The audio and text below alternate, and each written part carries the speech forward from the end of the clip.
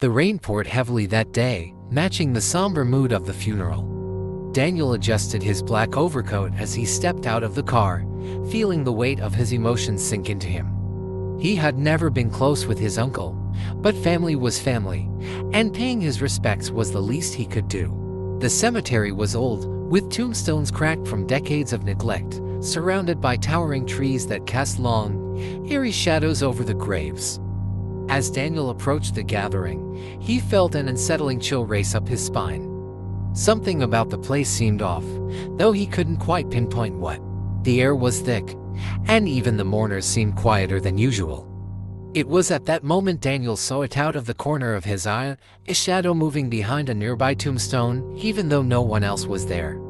He shook it off, thinking it was just his imagination playing tricks on him. The funeral proceeded as expected, with the priest offering prayers and the family saying their goodbyes. But as Daniel stood near the grave, listening to the soft thud of dirt being thrown onto the casket, the uneasy feeling inside him grew. He looked around once more, and that's when he noticed something truly bizarre. Standing a few yards away was a man, drenched from the rain, staring directly at him. The man was out of place. His clothing looked old, almost from another era. His face was pale, his eyes hollow. Daniel blinked, and just like that, the man was gone. But in his absence, something was left behind, a faint whisper in the wind, calling Daniel's name. He froze, heart pounding. There was no way anyone knew his name. He hadn't even spoken to anyone at the funeral yet. The voice had been soft, almost a breath, but unmistakable. He tried to brush it off as a coincidence.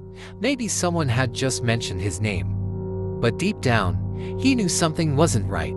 As the funeral ended and people began to leave, Daniel lingered behind. He couldn't shake the feeling that something, or someone, was watching him.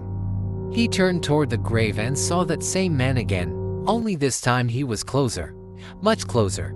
The man's expressionless face remained fixed on Daniel. He tried to confront him, but the man vanished once more, leaving behind an unsettling silence.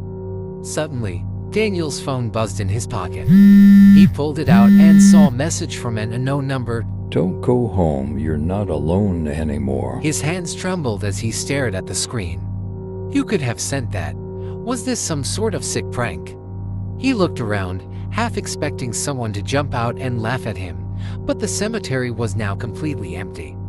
The rain had lightened, leaving only the soft rustle of leaves in the distance. Frightened but trying to stay rational, Daniel hurried back to his car. He slammed the door shut and took a deep breath, trying to calm his racing heart. But as soon as he started the engine, the radio flickered on by itself. Static filled the car, followed by a low, distorted voice. It was the same voice he had heard at the grave, whispering his name. This time, though, it wasn't just a whisper. The voice was angry. "You should have never come here," the voice hissed through the static. "Now you belong to me." Daniel's heart nearly stopped. He slammed his hand against the radio, trying to turn it off, but nothing worked. The voice grew louder, more menacing. In a panic, he yanked the keys from the ignition, but the car didn't turn off. The engine continued to hum, the radio still blaring that terrifying voice. Suddenly, the car's windows fogged up, and words began to appear on the glass as though written by an invisible hand. "Leave now or face the grave." He fumbled with the door handle, but it wouldn't budge. It was as if something or someone was trapping him inside.